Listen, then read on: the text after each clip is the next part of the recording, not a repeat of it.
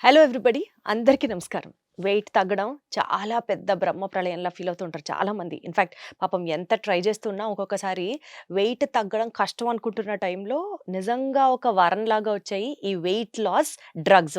ప్రస్తుతం గతంలో ఉన్న వాటితో పోల్చుకుంటే ఇప్పుడు లేటెస్ట్‌గా వచ్చినటువంటి డ్రగ్స్ ఇంకా మ్యాజిక్ క్రియేట్ చేస్తున్నాయి అని వినిపిస్తున్న నేపథ్యంలో స్టిల్ దేర్ ఈస్ ఆల్సో కొంచెం భయం ఉంది కొంతమందిలో. ఇవి వాడచ్చా? పెద్దవాళ్ళు వాడచ్చా? డయాబెటిస్ ఉన్నవాళ్ళు వాడచ్చా? లేకపోతే వాళ్ళకే పనిచేస్తుందా? ఎస్పెషల్లీ కొన్ని డ్రగ్స్ లైక్ మొంజారో జనాలు యూజువల్‌గా అనుకుంటున్న పాయింట్ ఏంటంటే వెయిట్ లాస్ అవ్వడానికి కాదు, అది షుగర్ మెడిసిన్. సో షుగర్ ఉన్నోళ్ళు మాత్రమే వాడాలి. ఇట్లా బోలెడన్ని అప్రిహెన్షన్స్ ఈ వెయిట్ లాస్ డ్రగ్స్ గురించి రీసెంట్ టైమ్స్‌లో మనం వింటున్న నేపథ్యంలో అసలు ఈ వెయిట్ లాస్ డ్రగ్స్ వాడడం మంచిదా? కాదా? వీటి గురించి అడిగి తెలుసుకుందాం. మనతో ఉన్నారు డాక్టర్ రవికాంత్ గారు. సార్ నమస్తే. నమస్తే అండి. సార్ ఎలా ఉన్నారు? ఫైన్. ఏంటి సార్ ఫుల్ హల్చల్ చేస్తున్న ఈ వెయిట్ లాస్ డ్రగ్స్ గురించి అసలు వాడచ్చా? వాడకూడదా? యాక్చువల్‌గా ఒకప్పుడు సిబుట్రమన్ అనే వండర్‌ఫుల్ డ్రగ్ ఉండేదండి. అది వాడిన వాళ్ళు చాలా తక్కువ కాస్ట్ అనమాట. అది వాడిన వాళ్ళు నేను 2010లో 11లో విజయవాడ వచ్చాను కదా! అప్పుడుంది. తర్వాత 1 ఇయర్‌కి బ్యాన్ అయింది. 1 ఆర్ 2 ఇయర్స్‌లో.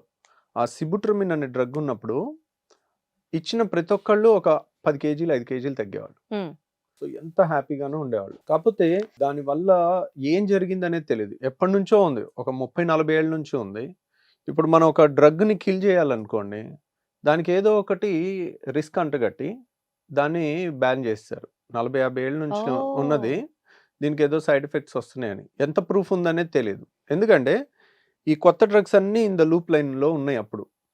సో ఇవన్నీ బిలియన్ డాలర్ మార్కెట్ క్వెషన్స్ లాగా. అన్నమాట. ఫర్ ఎగ్జాంపుల్ చూసుకున్నట్టయితే ఆ సిబుట్రమిన్ అనే డ్రగ్ బ్యాన్ అయిన తర్వాత మా చేతులు కట్టేసినట్టు అయిపోయింది. ఒక 10 కేజీలు తగ్గాలంటే ఎక్కువ డ్రగ్స్ ఏమీ ఆప్షన్ లేదు. బట్ మీ ప్రాక్టీస్‌లో ఎక్కడ ఆ డ్రగ్ వల్ల సైడ్ ఎఫెక్ట్ అన్నట్లుగా నోటీస్ చేయలేదు. ఆహా! చేయలేదు. పర్సనల్ ప్రాక్టీస్‌లో ఎక్కడా లేదు. ఇప్పుడు కోట్ల మందికి ఇస్తామండి. ఎవరో ఒకళ్ళు మామూలుగా హార్ట్ అటాక్ వచ్చి చనిపోయారనుకోండి. హ్మ్. దీనివల్లే వచ్చిందని అంటే ఎట్లా ప్రూవ్ చేస్తాం మనం? మనం లాస్ట్ ఎపిసోడ్స్‌లో ఆ! కూడా మాట్లాడుకున్నాం. కాబట్టి we cannot prove such things. దానికి సిస్టమాటిక్ స్టడీ ఉండాలి. స్టడీ ఉండి ప్రాపర్‌గా ఉంటే ఓకే. సో, ఆ డ్రగ్‌ని కిల్ చేసేసింది. చేసేసిన తర్వాత ఇక మనకి ఉన్నది ఆర్లిస్టాట్ అనే ఒక్కటే డ్రగ్ ఉండింది అప్పట్లో. ఆ ఒక్క డ్రగ్ కూడా అంత ఎఫెక్టివ్‌గా ఉండేది కాదు. కాస్ట్ ఎక్కువే ఉండేది. ఒక్కళ్ళు కూడా హ్యాపీగా ఉన్నోళ్ళు గానీ, బరువు తగ్గినోళ్ళు గానీ లేరు దాంతో. ఆ తర్వాత వచ్చిందేంటంటే ఇంకా ఆల్మోస్ట్ వేరే ఇంజెక్షన్స్ లిరాగ్లూటైడ్ అని చాలా వచ్చినాయి. తర్వాత సిమాగ్లూటైడ్ అని ఒకటొచ్చింది. సిమాగ్లూటైడ్ అంటే రైబెల్సస్. హ్మ్. అది నోవో నార్డిస్క్ కంపెనీ వాళ్ళు చేసిందనమాట. నోవో నార్డిస్క్ అనేది ఆల్మోస్ట్ ఒక స్వీడిష్ కంపెనీ అనుకుంటాను. ఆ నోవో నార్డిస్క్‌ది ఈ ఒక్క డ్రగ్ వల్ల యూఎస్‌లో వచ్చిన బడ్జెట్ అంటే దాని టర్నోవర్ స్వీడన్ కంట్రీ మొత్తం బడ్జెట్ కన్నా ఎక్కువ. ఓకే. అంత అంటే ఇది ఒక 6 ఏళ్ల కింద వచ్చింది. సో, వీగోవి అని గాని, తర్వాత రైబెల్సస్ అని గాని, అట్లా ఒజెంపిక్ అని గాని, ఈ 3 కూడా నోవో నార్డిస్క్ కంపెనీ తయారు చేసినయి అన్నమాట. బానే పనిచేస్తున్నాయి, తగ్గుతున్నారు. ఓన్లీ ప్రాబ్లమ్ ఏంటంటే కాస్ట్ చాలా ఎక్కువ పెట్టారు. కాస్ట్ ఎక్కువ పెట్టడం వల్ల చాలా మందికి ఇప్పుడు ఒక 150 కేజీలోళ్ళు ఉంటారు. నెలకి 20,000 సాలరీ సంపాదించే వాళ్ళు ఉంటారు. వాళ్ళు ఈ మందుకే నెలకి 15,000, 20,000 పెట్టాల్సిన పరిస్థితి వచ్చింది. వాళ్ళు ఎలా పెట్టుకుంటారు? ఇప్పుడు ఓ సంవత్సరం వాడితే వాళ్ళు 2, 3 లక్షలు ఖర్చు అవుతుంది అనుకోండి. దానికన్నా సర్జరీ చేయించుకోవటం బెటరు. ఏది? ఎవరి గురించి మాట్లాడుతున్నా అంటే సపోజ్ ప్రాక్టికాలిటీ కూడా ఉండాలి. ఇంత కాస్ట్ ఉండి ప్రొహిబిటివ్‌లీ ఎక్స్‌పెన్సివ్‌గా ఉండింది. తర్వాత ఇంకా మంచిది ఏం జరిగిందంటే అది మోనోపోలీ ఉండింది. నోవో నార్డిస్క్ కంపెనీది ఒక్కటే డ్రగ్ ఉండింది. వీగోవి గాని, ఒజెంపిక్ కానీ, తర్వాత మన రైబెల్సస్ కానీ. రైబెల్సస్ అనేది టాబ్లెట్. ఈ 2 ఇంజెక్షన్స్ అన్నమాట. ఇవి షుగర్‌ని రివర్స్ చేస్తాయి, వెయిట్‌ని కూడా రివర్స్ చేస్తాయి. ఓకే. కాబట్టి చాలా పనిచేస్తున్నాయి. అంటే 100 మంది వాడితే 30 మంది బరువు తగ్గుతున్నారు. వండర్‌ఫుల్. సో 30 మంది ఎంత తగ్గుతున్నారు అంటే కొంతమంది 10 కేజీలు తగ్గుతున్నారు, కొంతమంది 7 కేజీలు తగ్గుతున్నారు, కొంతమంది 5 కేజీలు తగ్గుతున్నారు. కొంతమంది 20 కేజీలు తగ్గేవాళ్ళు కూడా ఉన్నారు. అందరికీ యూనిఫామ్‌గా పనిచేయదు. ఒకే డ్రగ్ అనేది అదొకటి గుర్తుపెట్టుకోండి.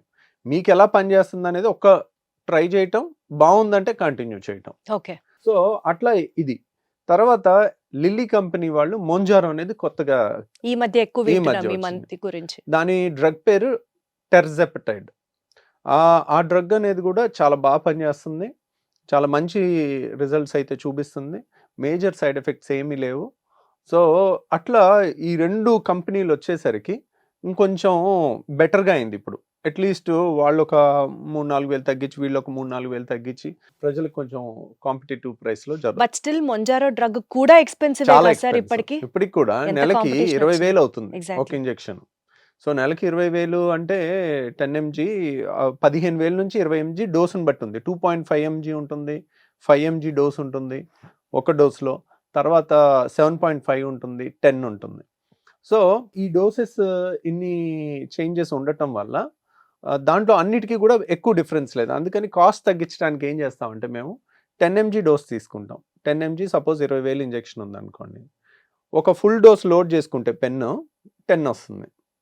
సో 2.5 mg 18,000 పెట్టారు, 2.5కి 10కి 2,000 డిఫరెన్స్. సో మనం 10 mg తీసుకుని దాంట్లో తక్కువ డోసు తీసుకుని ఇంజెక్షన్ చేసుకున్నాం అనుకోండి, మనకి 3-4 టైమ్స్ 3 టైమ్స్ 2 టైమ్స్ అంటే అది ఒక నార్మల్ పర్సన్ చేసేసుకోవచ్చు అంటారా వితౌట్ చేసుకోవచ్చు. సూపర్విజన్ ఆఫ్ కాకపోతే డాక్టర్? దానికి నేను చూపించాలి, ఆ పెన్ను తెచ్చి చూపించాలి. ఓకే. నేను ఇప్పుడు చూపిస్తాను ఏమన్నా. తర్వాత అది ఎలా చేసుకోవాలి, కాస్ట్ ఎలా తగ్గించుకోవాలనేది ఇది ఒకటి తెలిస్తే ఏంటి వాళ్ళకి పాపం ఒక ప్రతి ఫ్యామిలీకి ఒక నెలకు ఒక 10,000 తగ్గే అవకాశం ఉంటుంది. సో అట్లా ఒకటి చేసుకోవచ్చు. కాకపోతే గుడ్ రిజల్ట్స్ ఉన్నాయండి, దాంట్లో డౌట్ ఏం లేదు. And people are happy. So వాళ్ళు ఏంటంటే అరుదైన రిపోర్ట్స్ ఉంటాయి. కొంతమంది ప్యాంక్రెటైటిస్ ఉన్న వాళ్ళకి ఇది వాడకూడదని, ఇది వాడితే ప్యాంక్రియాటైటిస్ పెరుగుతుందని, కానీ కొన్ని rare reports of side effects ఏ డ్రగ్ కన్నా ఉంటాయండి. ఓవరాల్గా they are safe drugs. Safe అంటున్నారు. Safe drugs. సార్ ఇప్పుడు మా ఇంట్లో జరిగిన ఒక కేసుతోనే మీతో డిస్కస్ చేస్తాను, because I been seeing him. మా ఫాదర్ ఇన్ లో ఈ మోంజారో డ్రగ్ ని తీసుకోవడం జరుగుతుంది. సో ఫస్ట్ టైం డ్రగ్ తీసుకున్నప్పుడు డాక్టర్ చెప్పింది ఏంటంటే, మీకు ఒక వారం రోజుల పాటు అనీజీనెస్ ఉండొచ్చు, లూజ్ మోషన్స్ అవ్వచ్చు, సో ఇలాంటి చిన్న చిన్న సైడ్ ఎఫెక్ట్స్ ఉంటాయి, మీరు ప్రిపేర్డ్గా ఉండాలి అని అన్నారు. సో ఒక కామన్ ప్యాన్ ఈ డ్రగ్ తీసుకోవాలి అని అనుకున్నప్పుడు what are the side effects to which he or she needs to be prepared of ముందుగా మనం మాట్లాడుకుంటే? టెర్సిపెటైడ్ అంటే మోంజారో తీసుకుంటే ఏంటంటే అండి, నేను చూసినంత వరకు మెజారిటీ ఆఫ్ ద పేషెంట్స్కి ఎక్కువ కంప్లైంట్ ఏం లేదు. సపోజ్ మీకు డాక్టర్ గారు వార్నింగ్ ఇచ్చారు, నిజంగా జరిగిందా? అంత భయపెట్టినంత లేదు వాస్తవానికి. లేదు, యాక్చువల్గా నేను చూసేది అదే. వాళ్ళందరూ చెప్తారు కానీ అంత సైడ్ ఎఫెక్ట్ నేను 100 మందికి ఇస్తే 90% ఆర్ హ్యాపీ. దాంట్లో 95 to 99% దాంట్లో డౌట్ ఏం లేదు. సో కాబట్టి మహా అయితే ఏమవుతుందండి, దీని సైడ్ ఎఫెక్ట్ ఏంటి, ఇప్పుడు ఆకలి చచ్చిపోవటమే దీని సైడ్ ఎఫెక్ట్. సో ఆకలి తగ్గటమే దీని సైడ్ ఎఫెక్ట్. ఇప్పుడు మీకు ఒక గుప్పుడు బూందీ తిన్నాం అనుకోండి, ఆయిల్లో వేసి తీసింది, కరెక్ట్గా ఒక గుప్పెడు తినగానే ఎగటు కొట్టినట్టు అనిపిస్తుంది, అసలు అది చూస్తేనే రోత పుట్టుద్ది మనకి. ఓకే. సో మన ఆకలి మీద ఉన్నప్పుడు ఫస్ట్ అబ్బా తినాలని అనిపించింది, సడన్ గా ఒక గుప్పెడు తినేగానే రోత పుట్టిపోతుంది. అంటే ఏంటి, మన బాడీలో ఒక కెమికల్ చేంజ్ జరిగింది, ఒక హార్మోన్ వచ్చి ఇంకా చాలు నువ్వు తింటాం ఆపు. అంటే బేసికల్లీ ఇది హార్మోనా అండి? ఎగ్జాక్ట్లీ అండి, ఇది హార్మోన్. ఓకే. ఇది బాడీలో తయారయ్యే హార్మోన్, GLP-1 అంటారు, గ్లూకగాన్ లైక్ పెప్టైడ్ దాని పేరు.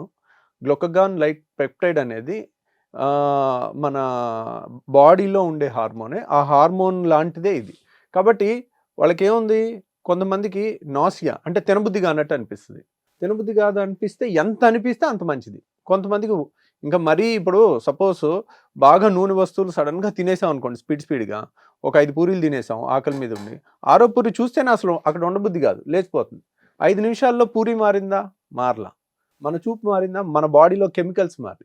అంటే satiety hormone GLP-1, PYY, GIP, gastric inhibitory peptide అని, ఇట్లా ఈ 3 హార్మోన్స్ రావటం వల్ల మనకి ఆ చూడగానే అసహ్యం వేసి వెళ్ళిపోవాలనిపిస్తుంది, అలాంటి ఫీలింగ్ వస్తుంది. అలా అసహ్యం అనిపించినప్పుడు కూడా నోట్లో పెట్టామనుకోండి వాంతి అయిపోతుంది, వాంతి కూడా అయిపోతుంది. సో నాసియా ఎప్పుడు అసోసియేటెడ్ విత్ వామిటింగ్ సెన్సేషన్ ఉన్నప్పుడు ఏమన్నా పెట్టామంటే ఇంకా వాంతి అయిపోతుంది. కాబట్టి వామిటింగ్ అనేది ఇట్స్ నాట్ సైడ్ ఎఫెక్ట్. ఎవరికైనా ఎక్కువ వాంతులు అవుతున్నాయి అనుకోండి, దే షుడ్ సెలబ్రేట్, ఎందుకంటే the drug is working for them. వాళ్ళు బాగా తగ్గుతారు. వాళ్ళు ఏంటి, ఏం తినకుండా ఉన్నా గానీ, అంటే ఏం తినకపోయినా వామిటింగ్ అవుతుందా? కాదు, నాసియా ఫీల్ ఉన్నప్పుడు వాళ్ళు ఏంటి, ఇంట్లో వాళ్ళు ఉంటారుగా, బిడ్డ ఏం తినలేదు పాపం ఉదయం నుంచి, ఇంకా వాళ్ళు తింటేనే వీళ్ళకి ఇంకేమన్నా పని, లేకపోతే ఇంకా వాళ్ళు ఏడుస్తూ ఉంటారు కూర్చుని. వాళ్ళు 150 kgs ఉన్నా కానీ నా బిడ్డ ఏం తినలేదు, పాపం బుజ్జికొండ సన్నగా అయిపోతున్నాడు, నీరసపడిపోతున్నాడు. ఇంకా ఈ ధృతరాష్ట్ర ప్రేమ అంటారు చూడండి, అది ఈ మధ్య చూస్తున్నాను. ప్రతి ఫ్యామిలీలో బియాండ్ సర్టన్ లిమిట్ వెళ్ళిపోయింది. కరెక్ట్. ఒకప్పుడు అలా ఉండేదిగా, 4 పీకేవాళ్ళు ఒకప్పుడు మా చిన్నప్పుడు ఏదన్నా తేడా వస్తే.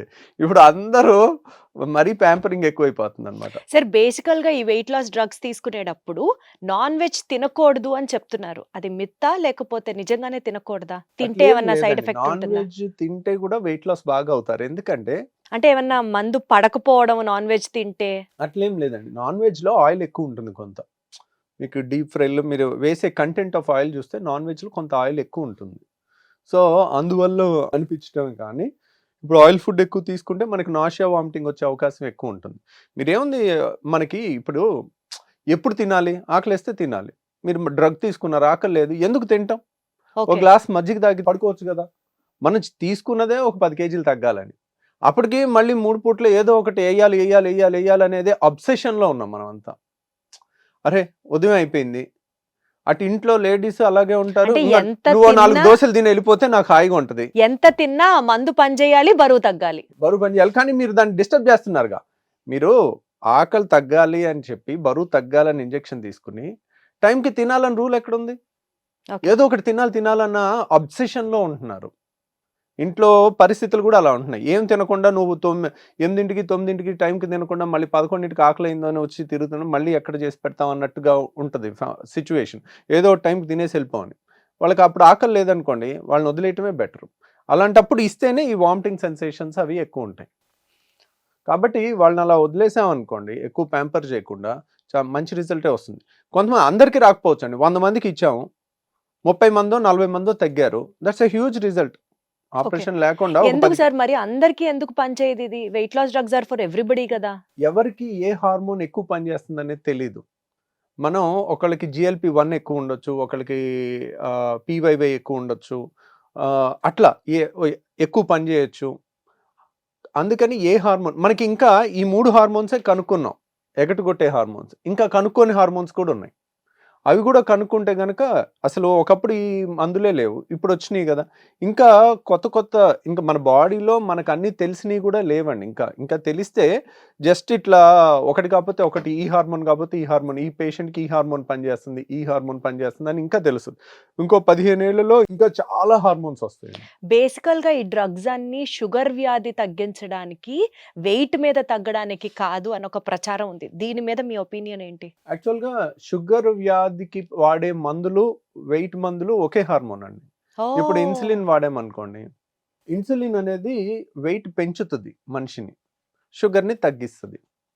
సో ఈ మందులు ఏంటంటే, ఇన్సులిన్ లోపం ఉన్న వాళ్ళకి షుగర్ మందులు బాగుంటుంది. కానీ చాలా మంది ఏంటంటే, చిరుబొజ్జు లేని వాళ్ళు ఎవరు ఉండరు.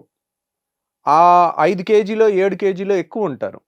10 కేజీలు ఎక్కువ ఉన్నా ఒకసారి ఇన్సులిన్ రెసిస్టెన్స్ ఉంటుంది. ఎప్పుడైతే బాడీలో ఫ్యాట్ కంటెంట్ ఎక్కువ ఉంటుందో ఇన్సులిన్ రెసిస్టెన్స్ ఉంటుంది. ఆ రెసిస్టెన్స్ ఉన్నప్పుడు మనం ఇన్సులిన్ ఇచ్చినా, షుగర్ ట్యాబ్లెట్ ఇచ్చినా అది పనిచేయదు. ఇప్పుడు అదే వాళ్ళు ఆ 4 కేజీలు తగ్గారనుకోండి, షుగరు ఆ బాడీలో 50 యూనిట్లు ఇన్సులిన్ తయారైతే 50 యూనిట్లు అంత పనిచేస్తుంది. ఇప్పుడు వీళ్ళు ఒక 10 కేజీలు ఎక్కువ ఉన్నారనుకోండి, వీళ్ళకి 50 యూనిట్లు తయారైంది అనుకోండి, 50 యూనిట్లు 20 యూనిట్లు పనే చేస్తుంది. ఎందుకు? ఇన్సులిన్ రెసిస్టెన్స్ ఉంటుంది. ఓకే.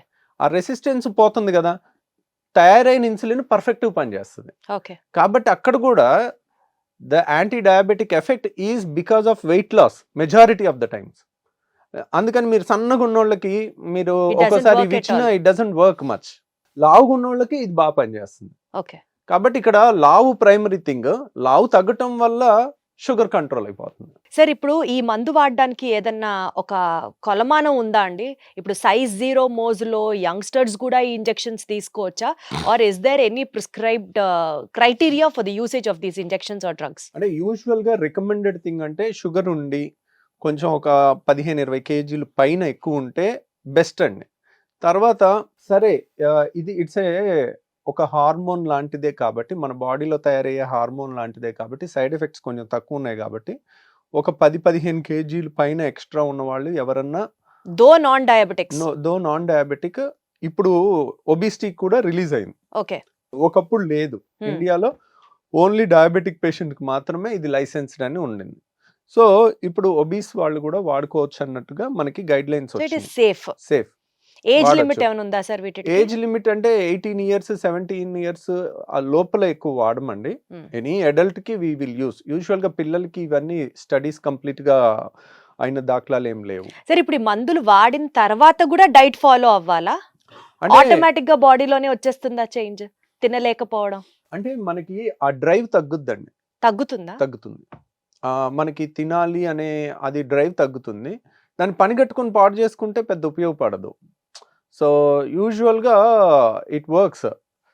దాంట్లో దానంతట అదే పని చేస్తుంది. కొంత కోఆపరేటివ్ ఇంట్లో వాళ్ళ కోఆపరేషన్ కానీ, అనవసరంగా వాళ్ళని డిస్టర్బ్ చేయడం కానీ, ఊరికే ఫుడ్ తెచ్చి వాళ్ళు అడగనప్పుడు ఊరికే కళ్ళ ముందు పెడుతుంటే ఎవరికన్నా ఏదన్నా తినాలని అనిపిస్తుంది. ఇంట్లో వాళ్ళ కోఆపరేషన్ కొద్దిగిస్తే డ్రగ్ పనిచేసేదానికన్నా డబుల్ పని చేస్తుంది. రైట్ అండి. సో ఈ డ్రగ్స్ ఆర్ సేఫ్. కాకపోతే మీ కండిషన్ని బట్టి డాక్టర్ ప్రిస్క్రిప్షన్ తర్వాత you can start using these drugs. దీని మీద అనవసరంగా ఇది వాడితే మంచిది కాదా, ఇది వాడితే ఏమన్నా హామ్ ఉంటుందా, సైడ్ ఎఫెక్ట్స్ ఉంటాయా అన్న భయంతో ఈ డ్రగ్ని వాడడం ఆపేయకుండా ఉంటే it is always good. So ఒక డాక్టర్ని కలిసి డెఫినెట్లీ ఆయన ఒక ఇంప్రెషన్తో మీరు ఈ డ్రగ్స్ని యూజ్ చేయొచ్చు అన్నది అర్థమవుతుంది. Thank you so much sir. ఓకేనండి, థ్యాంక్ యూ అండి.